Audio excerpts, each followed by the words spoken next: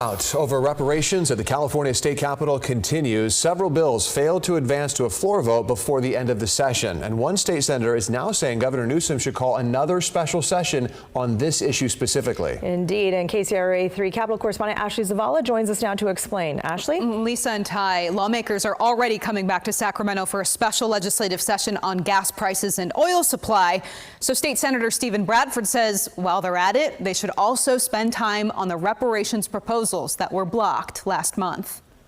Why not have a special session on reparations? I mean, I think that's worthy of discussion and moving this legislation forward this year. State Senator Stephen Bradford floating the idea of a special legislative session on reparations. This following the fallout over his two bills that would have created a state agency to oversee reparations efforts and a state reparations fund. The community's upset, and rightfully so, but not only the communities of California, but all across the nation. They were counting on California to get this right.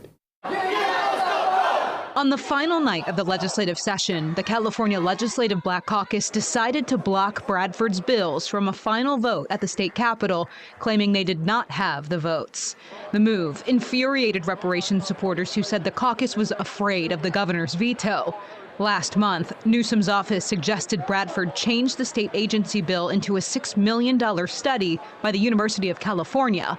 Bradford refused. I didn't talk directly to anyone about those two bills. Governor Gavin Newsom last week would not say exactly what happened with the specific proposals, but he criticized the reaction from reparations supporters and their treatment of the leader of the Black Caucus, Assemblymember Lori Wilson, who was doxxed online.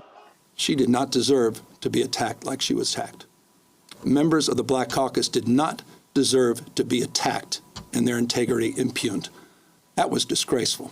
Our ancestors have to be greatly disappointed in the fact that we've been waiting 160 plus years for reparations, and it was right here in our hands, and we dropped the ball.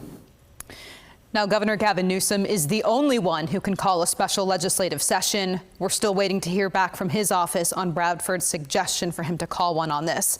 Meanwhile, the Legislative Black Caucus issued a statement saying in part that the group remains fully committed to introducing reparations bills next year and in the years to come, and says that they will meet in the fall to finalize their strategy.